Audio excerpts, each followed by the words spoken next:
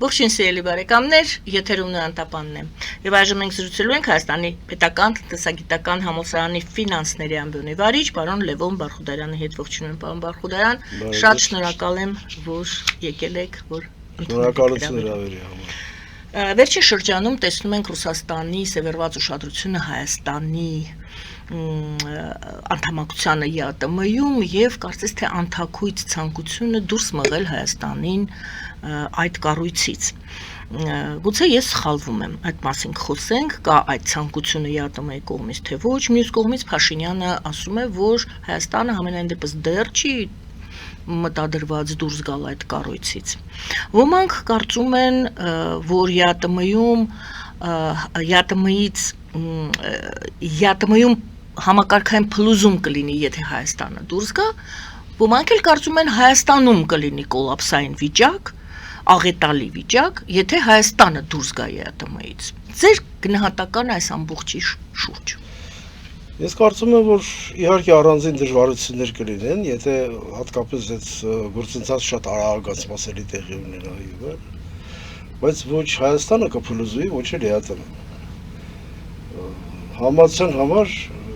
եկեք նշենք այն պատժամիջոցները, որ արևմուտքը կիրառեց Ռուսաստանի նկատմամբ ուկրաինական պատերազմից հետո, եւ վերենք մի քանի թվեր կամ փաստեր, օրինակ եթե Թուրքիայի հետ առևտրաշրջանառությունը 26 միլիարդ էր 22 թվականին,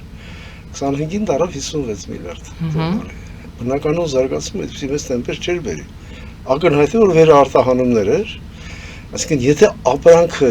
պահանջարկ ունի ռուսական շոկայում, այդ ապրանքը այնտեղ հայտնվում է։ Այլ երկրի անունից եւ այլ ինչպես օրինակ Ադրբեջանում հանկարծ սկսեցին աճել նարինջներ եւ այլն։ Այդ բոլորը դա է։ Իրենք գնում են, համարում են իրենցը, հետո արտահանում են Ռուսաստան եւ դրա դեմ ինչպես տեսնում ենք սանկցիաները, այդ պատժամիջոցները առանձնապես արդյունավետ չարվեցին։ Թուրքիան, որ ոչ ԵԱՏՄ-ի անդամ է, ոչ ԱՊՀ-ի անդամ է, ավելին ՆԱՏՕ-ի ամենաագրեսիվ անդամն է, երկիրն է, բայց Ռուսաստանը այդ մասին ոչինչ չի խոսում։ Այսինքն Ռուսաստանի նպատակը ոչ թե ԵԱՏՄ-ից Հայաստանի դուրս մղելն է, այլ ճիշտ հակառակը պահելն է։ Դրա համար դեռ մենք որևէ քայլ չենք արել, նույնիսկ դիմումը չի գնացել Եվրոմիության անդամակցության եւ այլը, որը շատ սխալ է,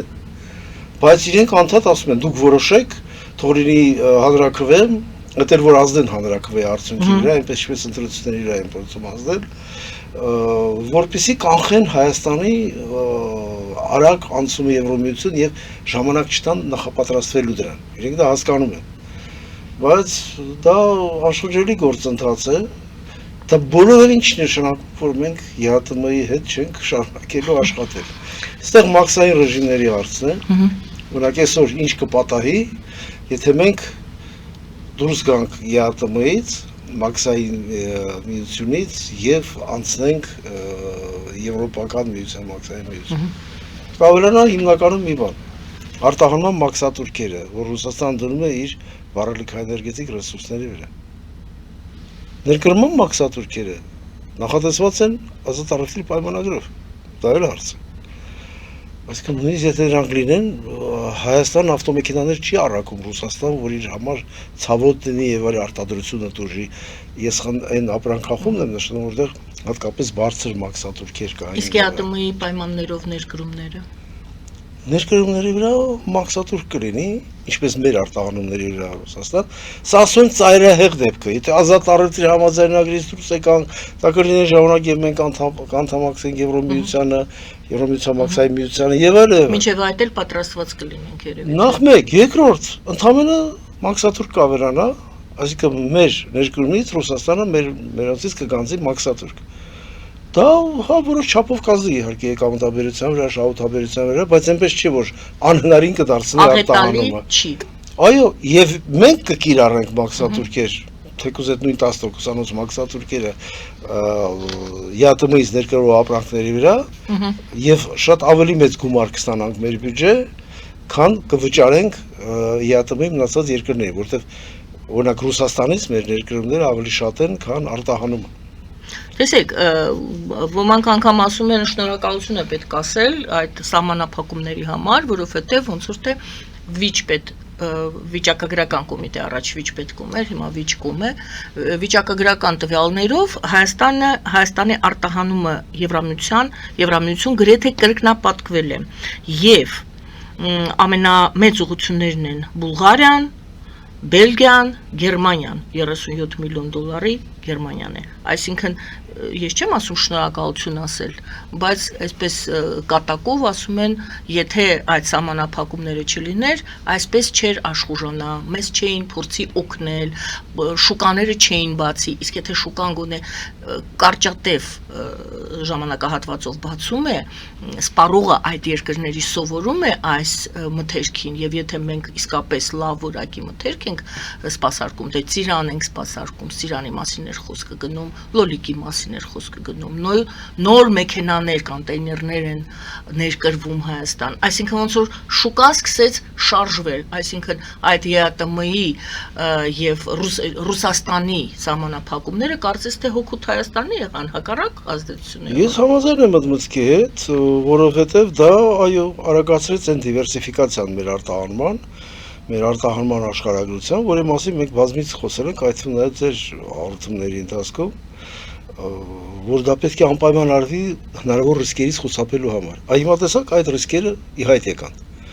Լրիվ թերադրված քաղաքական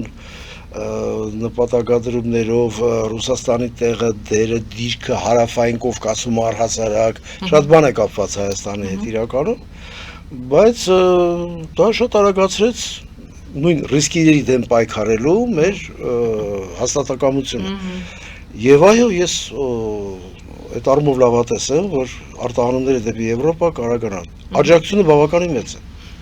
Այսինքն արդեն турքերը նվազեցրել են, գրեթե զրոյացրել են, գումար են տալիս փոխհատուցելու համար վնասները, սա շատ մեծ օգնություն է, դրանից պետք է անպայման օգտվել եւ շատ արագ այս ընթացքում, որովհետեւ ցանկացած երկրի օգնություն անվերջ չի լինում։ Հիմա փորձում եմ մեզ դիվերսիֆիկացնել ուղղորդել դեպի Եվրոմիության շուկա, այն ինչ որ մեզ շատ պետք է։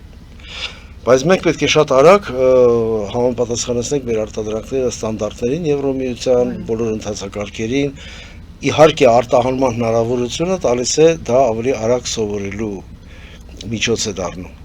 Եվ ես համաձայն եմ այդ մտքի հետ այդ առումով, որ պետք է դա էլ ավելի արագացվի։ Այո, փաստորեն խթանեց Ռուսաստանի սահմանափակումները, հակառակ ազդեցություն ունեցան այս առումով տնտեսության տեսակետից, եւ իմ հարցն է, տնտեսություն մենք հասկացանք ամենայն դեպս Հայաստանում այդպիսի տպավորություն է, եթե ես սխալվում եմ, ամենայն դեպս արտահայտում եմ այն, ինչի մասին խոսում է հասարակությունը, որ այս տնտեսական միջոցները, այս սանկցիաները, սահմանափակումները քաղաքական բնույթ են կրում։ Դե հայտարարությունների մեջ դա երևում էր։ Արդյոք արդյունավետ է ընդհանրապես սանկցիաները տվյալ դեպքում Հայաստանի հետ կապված այդ նույն լոլիկ, պամիդոր, չգիտեմ, ելակ եւ այլն։ Ընդհանրապես ավելի արդյունավետ են եւ հետ են բերում Հայաստանին դեպի ԵԱՏՄ, թե հակառակը եւ դեպի Ռուսաստան,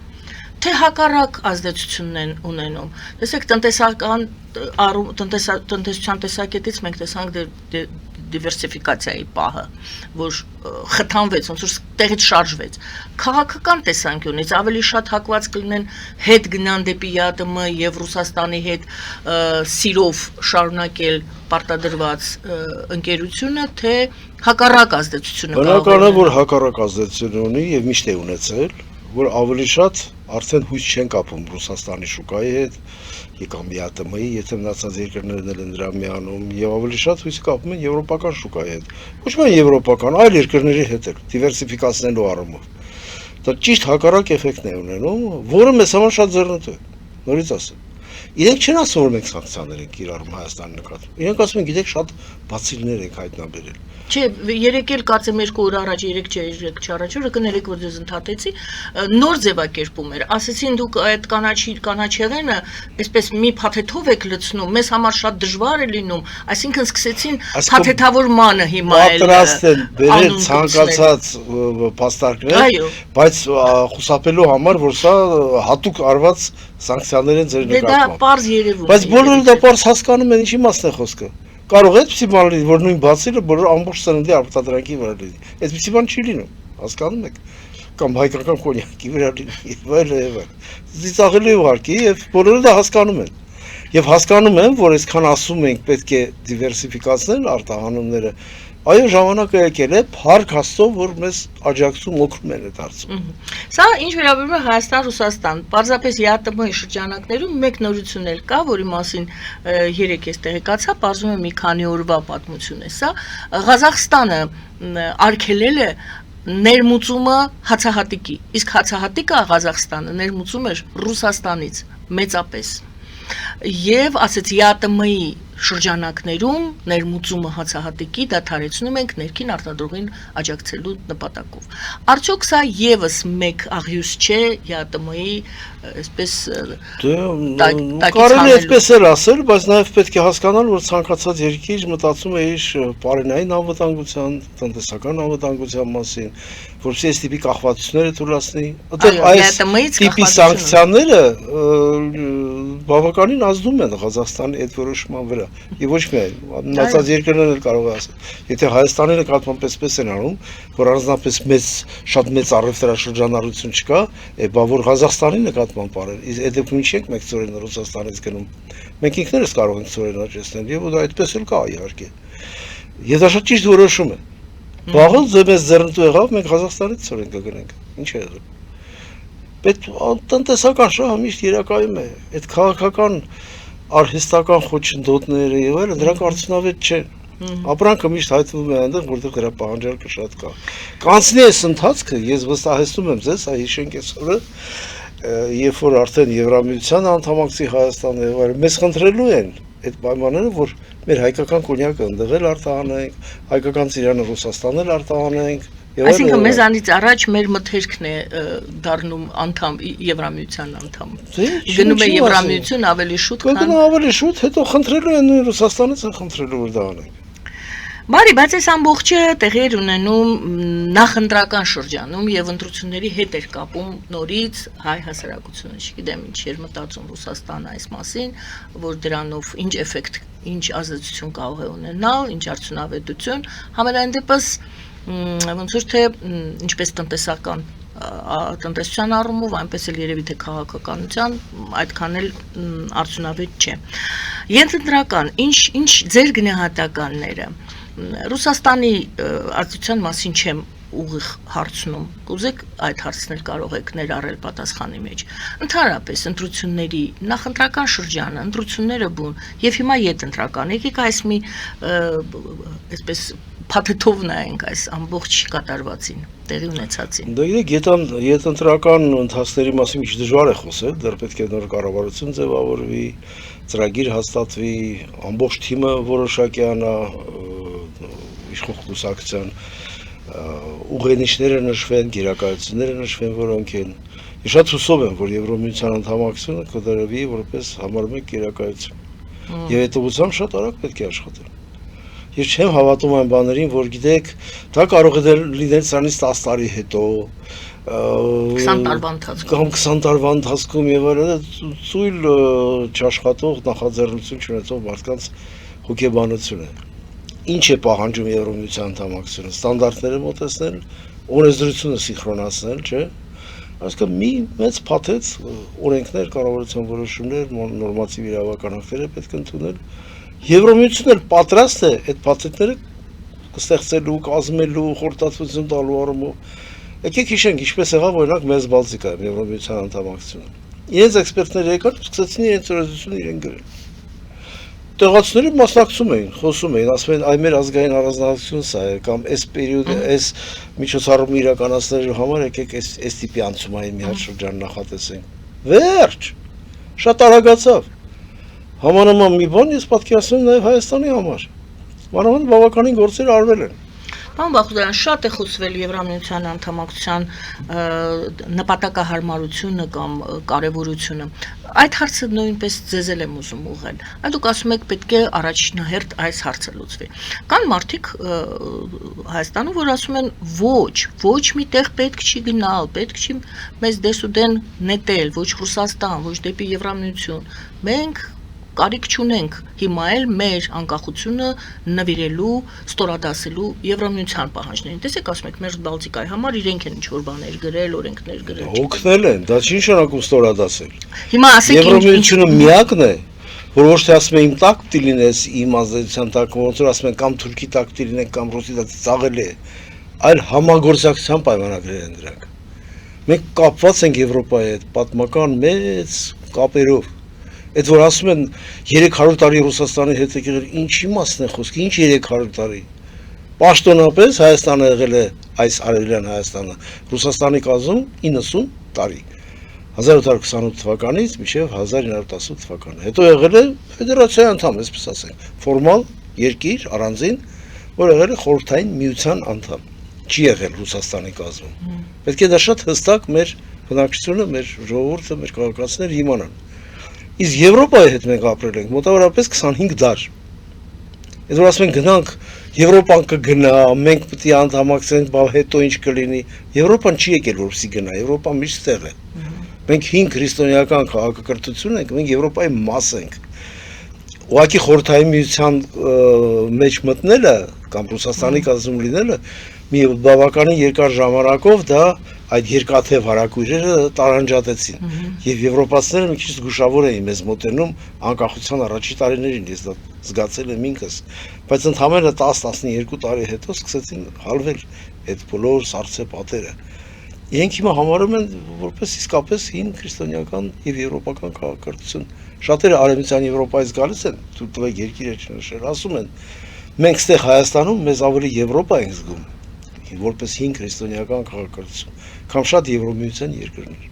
ու կամ որոշ Եվրոմիության երկրներ։ Որովհետև մեզ համար սա բնականon վիճակ է։ Բնական իրենք են սովորել դարեր, հազարամյակներ շարունակ։ Տեսեք, հին Ռոմից սկսել ենք, մինչև այդ Էլլադայից, հին Ռոմ, Բյուզանդիա, դարեր, հետագայում ամբողջ Եվրոպայի առանձին երկրների ուղղակի կապեր,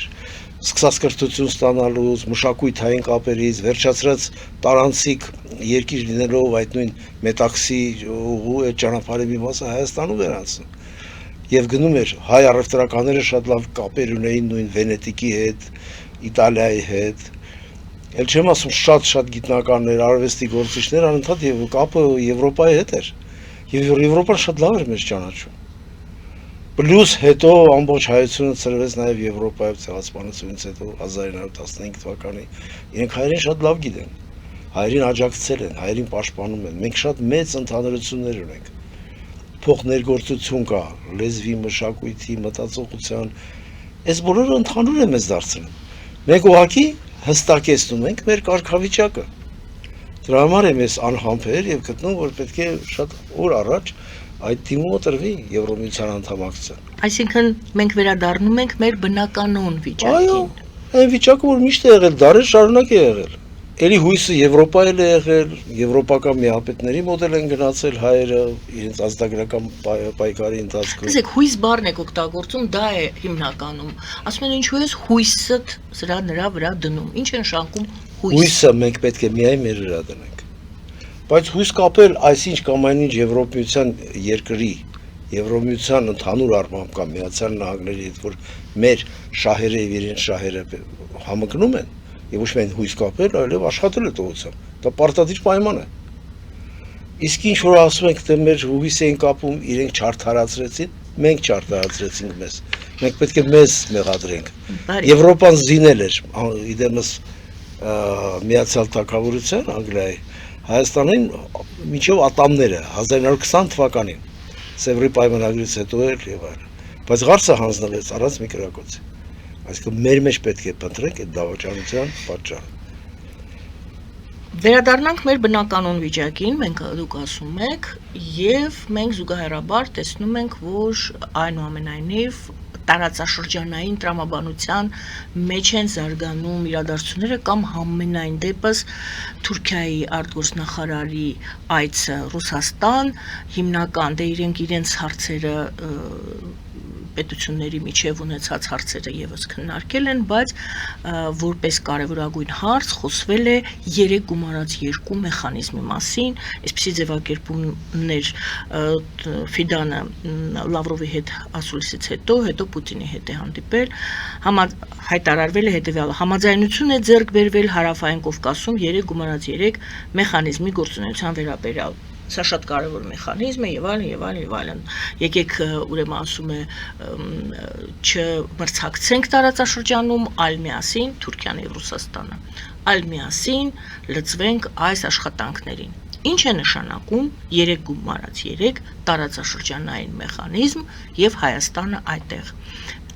Իրենք դա արել են մի բանի համար, Դա ներողություն, մի հարց էլ տամ, դա մեր ոտքերը կապում է Եվրոպա, որ ասում ենք մեր վերադառնալու, որտեղ իրենք դրա վրա են շեշտը դնում, եւ համագործակցությունը մեր մոտ Եվրոմիության հետ է եւ Միացյալ Նահանգների հետ է, նույն Կանադայի հետ է, ինչու՞ չէ։ Նաեւ Ռուսաստանի, Թուրքիայի բնականաբար։ Այո։ Բայց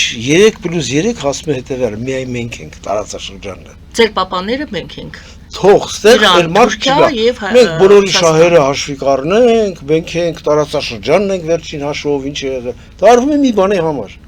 Դիմակայելու Եվրոմիության ազդեցության ներթափանցմանը, Միացյալ Նահանգների շահերին եւ այլն։ Իսկ իրենք շատ ավելի հզոր են եւ շատ ավելի մեզ աջակից են,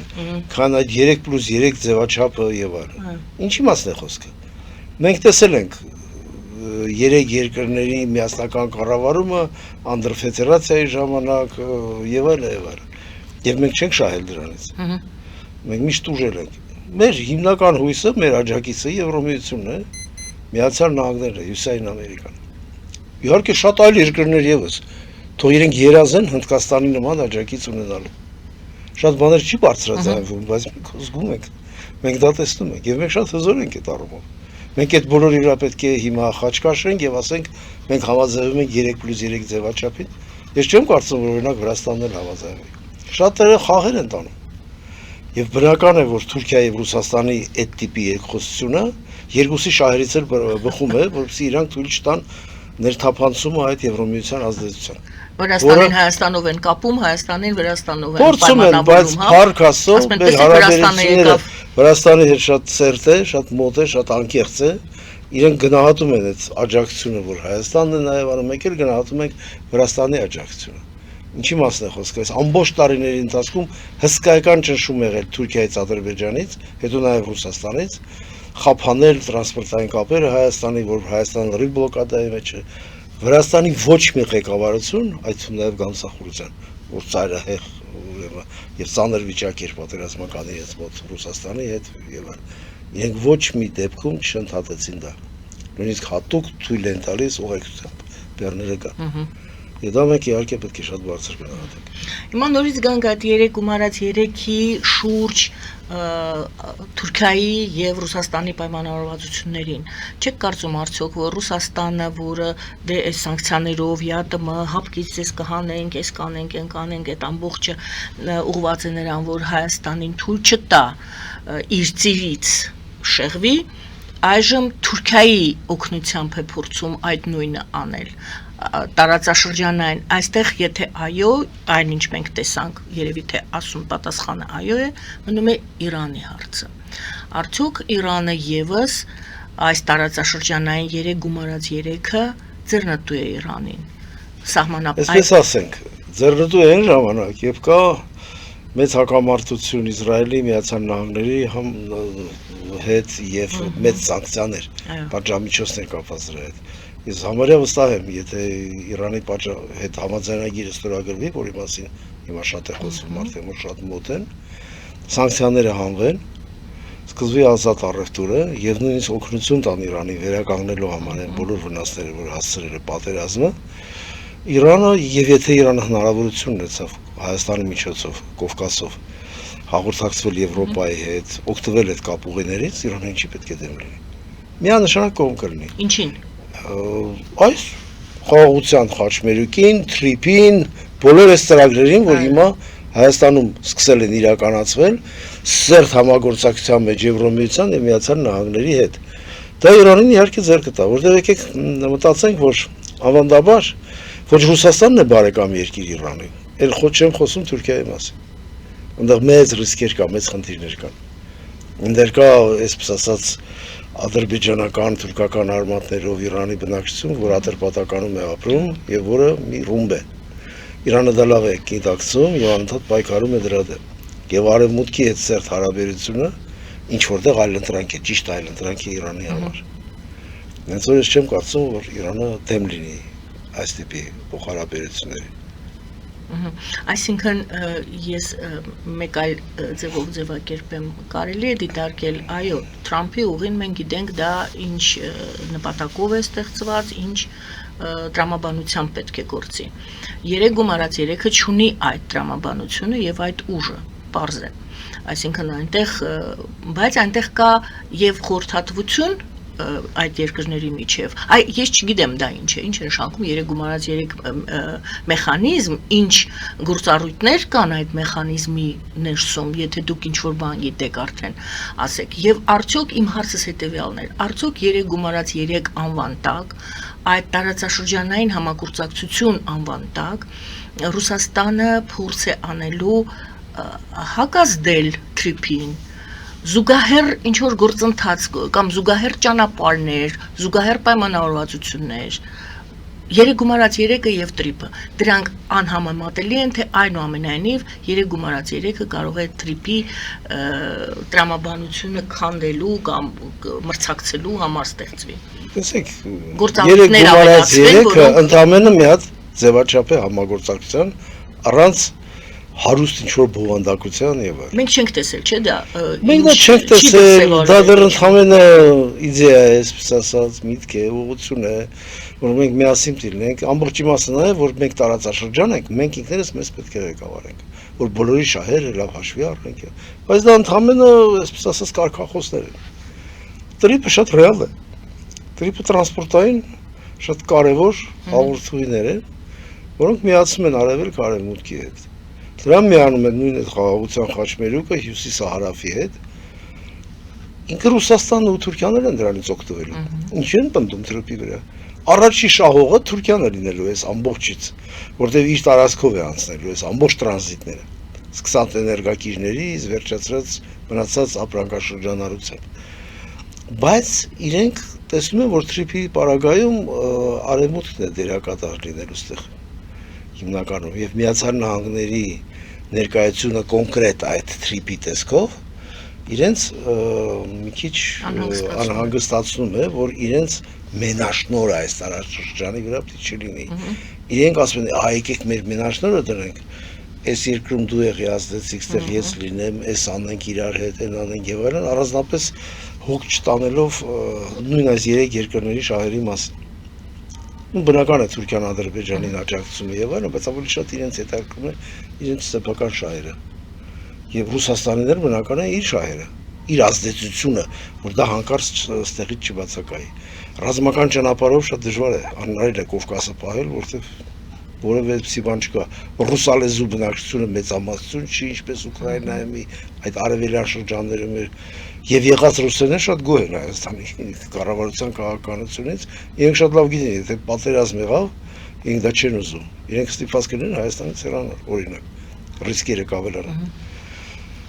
Այդ պատճառով Ռուսաստանը հնարան չունի, որ այստեղ, որ ասի մեր ռուսներին ճնշում են, եկեք հիմա հարձակվենք Հայաստանի վրա։ Ստիպան հնարավոր չի, ոչ ոք դրան չի հավատում։ Ինչ անել այդ Թրիփին հակազդելու լավագույն ճանապարհը 3+3-ն է, որը ժամանակ առ ժամանակ միշտ Երևան է գալիս, չէ՞։ Դե հիմա Թուրքիան ավելի ակտիվացավ, հարցն է Իրանն էլ կակտիվանա, թե չէ, եւ մտադրությունը ո՞րն է։ Իրանը չի ակտիվանա։ Իրանը կգնա այն ճանապարհով, որ ճանապարհով որ կհրավիրի իրեն Եվրոմիությունը եւ օրինակ Միացյալ Նահանգները, որտեղ իրենք են սանկցիաները Իրանի նկատմամբ կիրառում եւ իրենք են հանելու այդ սանկցիաները։ Իրանի համար դա հարցերի հարցն է։ Եվ պլյուս օգնություն են տալու վերականգնելու այդ պատերազմի հետևանքները։ Դե Թուրքիայի համար էլ Թրիփը կարևոր է։ Շատ կարևոր է, ինչի մասն է խոսքը։ Բայց առաջի ջութակ չի լինելու Թուրքիան Թրիփում։ Միացյալ Նահանգներն էստեղ։ Այսինքն ոչ թե հակադրություն, այլ բալանսի ուժ տարածաշրջանում։ Նրանք իրենց ձեռնտու է, որ իրենք լինեն ռուսները ազդեցություն, ռուսների հետ միշտ կարելի է լեզու գտնել կամ խաբել, եւ իրենց ուզածը փախցնել, տանել եւ այլն։ Սա է, Միացյալ Նահանգների հետ այդպիսի բաներ հնարավոր չէ։ Ինչ պետք է անի Հայաստանը այս պայմաններում գովազդից հետո։ Գովազդի սիրելի բարեկամներ, գովազդից հետո կշարունակենք այս մեր զրույցը 3 գումարած 3-ը մեխանիզմ է թե ոչ, գործիք է լինելու թե ոչ, կամ թրիփի հակազդելու համար կամ ընդհանրապես ինչ է իրենից ներկայացնում այդ 3 գումարած 3-ը, որի մասին անընդհատ խոսում են արդեն քանի տարի է, 3-4 տարի է խոսում են, դեռ աշխատանք չենք տեսել։ Գովազդի սիրելի բարեկամներ, մնացեք մեզ հետ։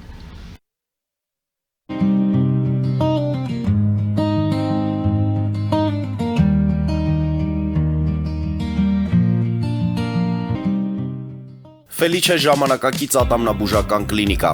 Այստեղ հարմարավետությունն ու խնամքն առաջնային են։ Այստեղ կիրառվում են ատամնաբուժական ամենաժամանակակից տեխնոլոգիաներ, ճշգրիտ ախտորոշում, արդյունավետ բուժում, նուրբ փորձառություն եւ անհատական մոտեցում։ Սկսած սովորական մանրուքներից մինչև առաջադեմ ընթացակարգեր, այստեղ դուք գտնվում եք բարձր որակավորում ունեցող եւ փորձառու ատամնաբուժական մասնագետների ձեռքերում։ Մեր բարեկամական եւ հյուրընկալ անձնակազմն այստեղ է յուրաքանչյուր այցը հաճելի դարձնելու համար։ Ֆելիչե, ձեր առողջ եւ ամենաերջանիկ շպիտը սկսվում է այստեղից։ Եկեք եւ բացահայտեք նորարարության փորձագիտության եւ կարեկցանքի կատարյալ համադրությունը։ Երևան Փոստը Գրանադա Հյուզում տեղեկացնում է։ Դրամական փոխանցումներ 1%-ով։ Օդանավով 1 պաունդը 2.99։ Նավով ուղարկեք 1 արկղ, երկրորդ արկղը անվճար։ Ավտոմեքենաների փոխադրում անհավատալի արժեքներով։ Ինչպես նաև կահույք եւ մեծ չափի բեռների փոխադրում։ Jackpot հագուստի խանութը երկրորդ մասնաճյուղն է բացել Գլենդելի սրտում, որտեղ կարող եք ձեռք բերել եվրոպական եւ ամերիկյան ընտիր հագուստեղեն, կոշկեղեն, աքսեսուարներ, պայուսակներ ամենահարմար արժեքներով։ Նաև կարող եք ցանկացած ապրանք պատվիրել եւ ձեռք բերել կարճ ժամանակում։ Jackpot-ի Գլենդելի հասցեն է 1135 North Pacific Avenue, հեռախոս 818 813 2252։ Jackpot հագուստի լավագույն կենտրոնը Գլենդելում։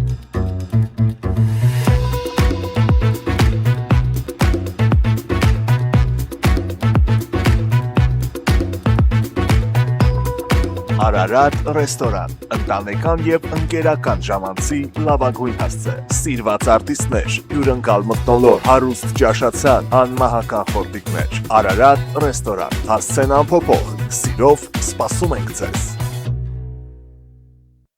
Լավագույն պաղպաղակ, բնական, համեղ եւ մատչելի գներով պաղպաղակը կարող եք ձեռք բերել բոլոր հայկական խանութներում։ Պահանջեք հայկական պաղպաղակ, Թամարա պաղպաղակ։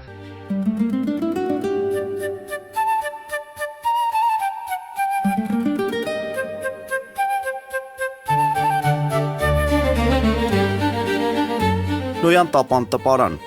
Նոյան տապան հրատարակչություն, շարվածքից մինչև տպագրում, զանգահարեք, գրեք, այցելեք, միասին պատրաստենք ձեր գիրքը, ամսագիրը կամ թերթը, որտեղ նշվելու է, տպագրված է Նոյան տապանում։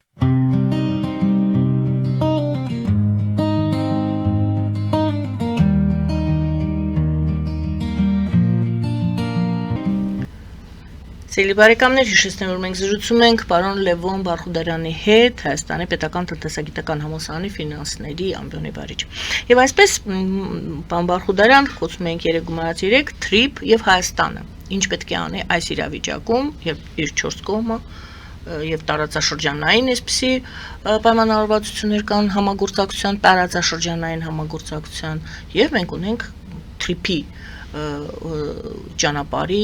դրամաբանության մեջ համագործակցության մասին Միացյալ Նահանգների համագործակցությունը, որ ըստիս արվում է այդ քաղաքականությունը, մեր բաց է, մեր դռները բաց են բոլորի հետ, ովքեր կցանկանան մեզ հետ համագործակցել։ Ռեալ, ողջահավետ ձևով։ Թրիփը ոչ մի ձևով չի նշանակում, որ մենք այլևս չենք աշխատելու օրինակ Ռուսաստանի հետ կամ Իրանի հետ։ Չկա այդպիսի բան։ Աշխատելու ենք, որտեղ հնարավոր է զարգացնելու ենք դա, եթե դա մեզ ձեռնտու է։ Կամ չէ, եւ է։ Եվ ավելի շատ փող լրացնող է։ Թրիփից կարող են օգտվել նաև շատ այլ երկրներ, սկսած Ղազախստանից, Կենտրոնական Ասիայի երկրներից, վերջացած նույնիսկ Չինաստանը, որոշակի չափերով, ինչքան որ հնարավորություն կտա այդ ճանապարհը։ Նույնը վերաբերում է մնացած ոլորտներում համագործակցությանը։ Եվ այդ համագործակցությունը սկսվել է։ Միջև խոսում են 3+3-ի մասին, որ ընդհանրապես խոսակցություն է, նույն այդ թրիփի հետ կապված ընդհանուր նախագծերով եւ Հայաստանի պաշտպանական արդյունաբերության պաշտպանության հետ կապված, հզորացնելու հետ կապված շատ կարևոր առաքելությամբ, շատ արևմտյան երկրներ են արդեն ներկա։ Նույն զորահանդեսի ժամանակ 7 երկրներից կնված զենքեր ցույց տրվում։ Համատեղ արտադրություններ է կազմակերպում։ Հսկայական զենքի գործարան, եթե չեմ սխալվում, Լեոնարդո Իտալիայից Միքելանջելո ասած, այսպեսի միջազգային համագործակցության պրոյեկտ է Հայաստանում ներդնում։ Չեմ խոսում Nvidia-ի մասին, հսկայական պոտենցիալ եւ գործը սկսվել է։ Տեսեք ինչ գործարաններ են կառուցում Հրազդանում, արդեն ամբողջ կարկասը այդ շենքի պատրաստ է եւ աշխատանքը շարունակում է։ Ռեալ առանց ինչ-որ լենթեր կտրելու, առանց լրացուցիչ գովազդի, բայց մեծ թափով աշխատանքը գնում է առաջ։ Ինչի մասն է խոսքը։ Եվ բոլորին ասում ենք, տեսեք, հաջող համագործակցություն է, պատրաստ ենք ձեզ հետ համագործակցել,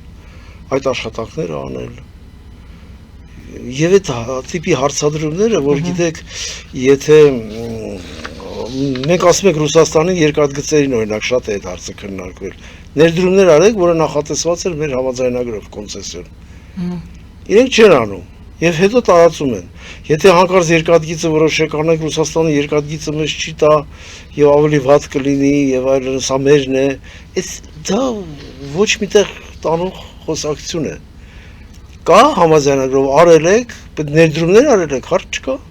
Չեք արել, միջազգային արբիտրաժի ենք դիմում, միջազգային դատարանի եւ գտնում եք նրան, ով դա կանի։ Մի այլ ընկերություն։ Բացառված այլ երկրներից, օրինակ, հասկանում եք, շատ գործնական, կառուցողական պետք է լինի երկխոսությունը շատ երկրների հետ, որտեղ բոլորի հետ համագործակցությունից էլ մենք օգուտներ ունենք։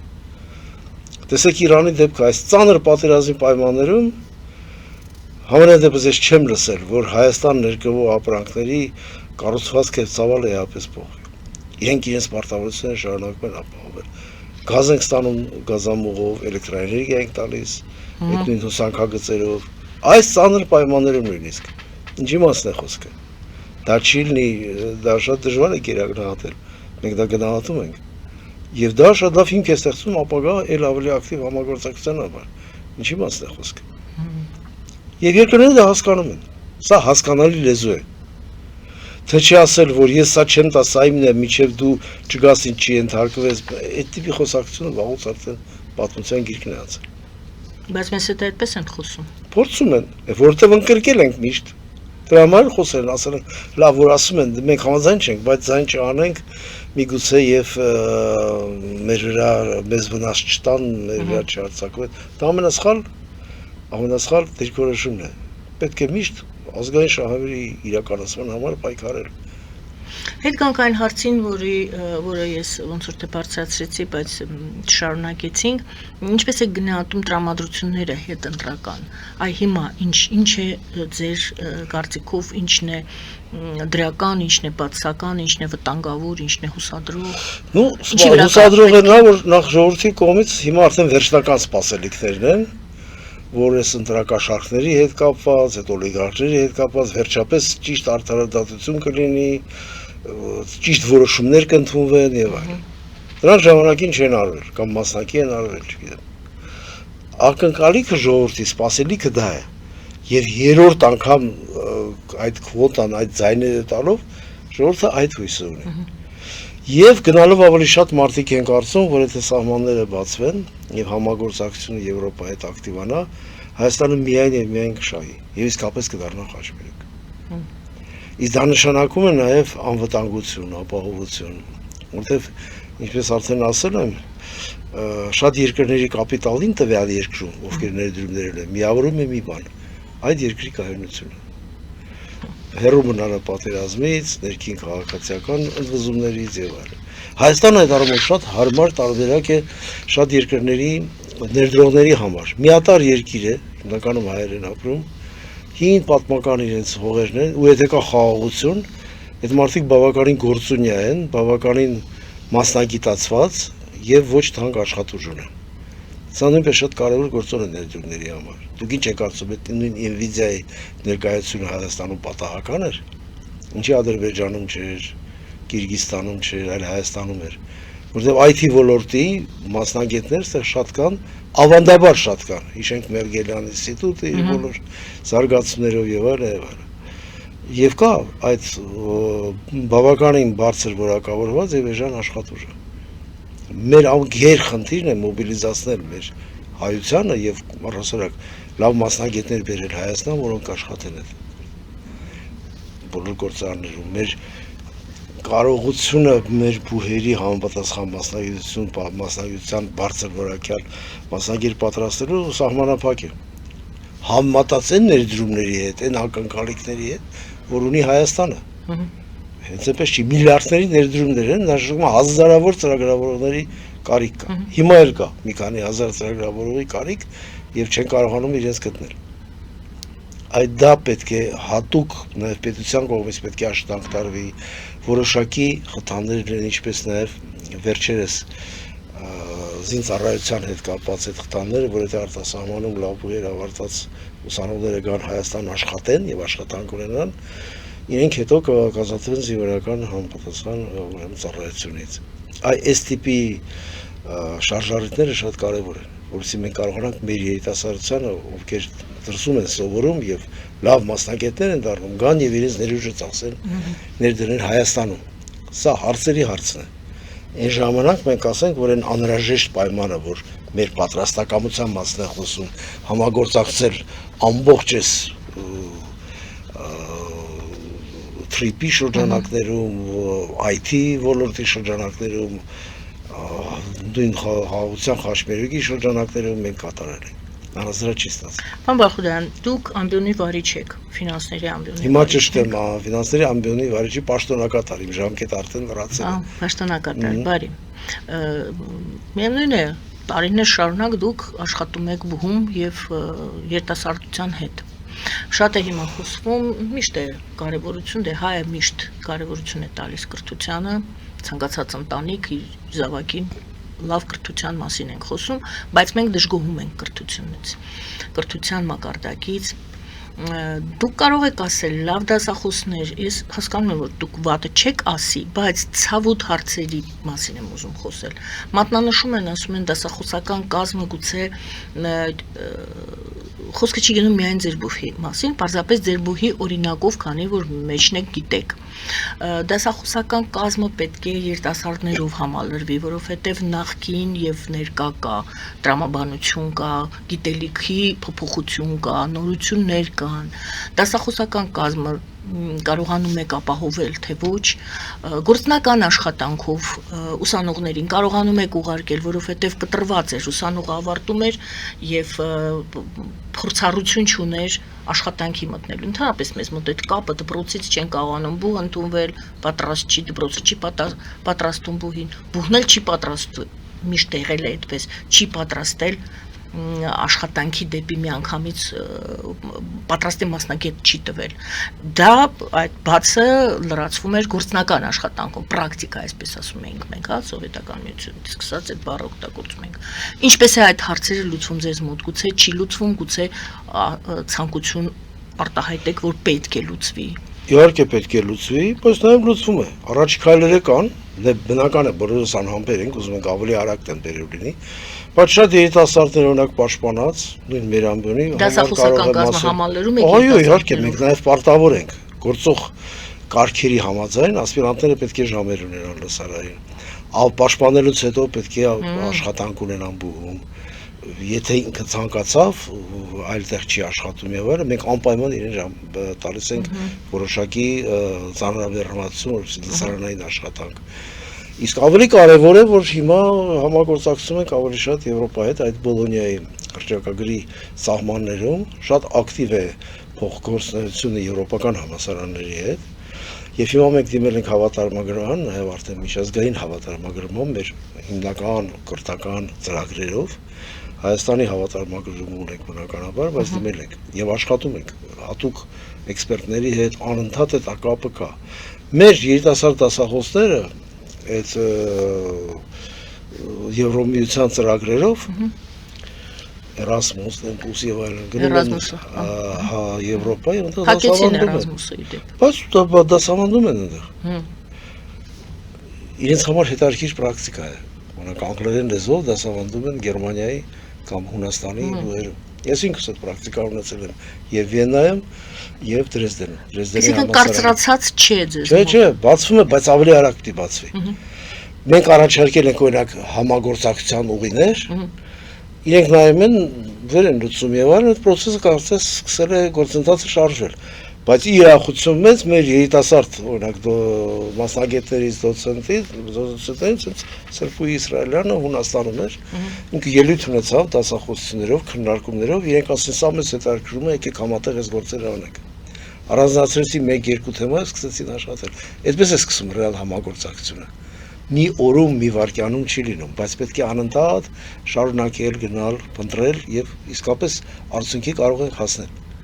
Իհարկե, ցանկալի է, որ պետական ֆինանսավորումը բուհերին աճի, որովհետեւ արժանապատիվ աշխատավար ստանան լավ մասնագետները։ Նույնիսկ խորհրդային միության ժամանակ հարմար է դա ասել, բայց Ստալինի որոշմամբ տավորականության կամ դասախոսների գիտնականների աշխատավարձերը բարձրացվեցին։ Որտեվ գիտնականը չպետք է մտածի առավոտից երեկո, էլ որտեղ դաստա, էլ ինչ աշխատանք անի, որ կարողանա իր ընտանիքը պահի, այդ ձևով չի լինում գիտություն առաջ մղել եւ այլն։ Նա պետք է միայն դրանով զբաղվի։ Իսկ հիմա մենք նորից պետք է վերադառնանք գիտությանը, ճիշտ է, հակին մենք հետ նահանջ ապրենք։ Գիտությունը մեծ ներդրումներ է պահանջում։ Հսկայական պետությունը ունենում է լավ գիտություն։ Լավ, հետխորհրդային շրջանում կոլապսեր, մենք շատ գիտահետազոտական ինստիտուտներ փակվեցին, լաբորատորիաներ փակվեցին, բայց մենք ինչքան հսկաներ ունեինք, ճիշտ է։ Մենք կարողանում ենք որտեղից են ֆինանսավորվում, խորհրդային միության բյուջեից։ Այո։ Աշխատում են ում համար հիմնականում խորհրդային միության պաշտպանական արդյունավետության համար։ Հայաստանում դա մենք վերականգնում արվում է, ֆինանսավորումը ամեն տարի ավելանում է, երբեմն նաև առաջացիկ տեմպերով։ Բայց ըստ իս դա դեռ բավարար չէ։ Պետք է լինեն այլընտրանքային ձևեր ֆինանսավորման։ Այդ առումով օրինակ Եվրոպայի հետ, այդ նույն Բոլոնիայի հռչակագրի սահմաններում աշխատանքը արդյունավետությունը շատ կարևոր է։ Շատ ավելի մասսայական դառնի։ Օրինակ իրենց ոգևորվածությունը Վրաստանով շատ մեծ էր։ Եվ Վրաստանը դիմեց, դարձավ անդամության տեխնացու եւ այլն, եւ այդ ընթացքում գնում էր, Եվրոպան բացվեց։ Ես ինքս հանդիպել եմ համալսարանի դոցենտների, Ջավախրիշվիլի այդ համալսարանի, այդ պետական համալսարանի դոցենտների, որ հարցրել ենք աշխատավարձը ինչքան է, $2000 կարգի, եվրոյի կարգի, որից կեսը ստանում է տարբեր գրանտային ծրագրերով։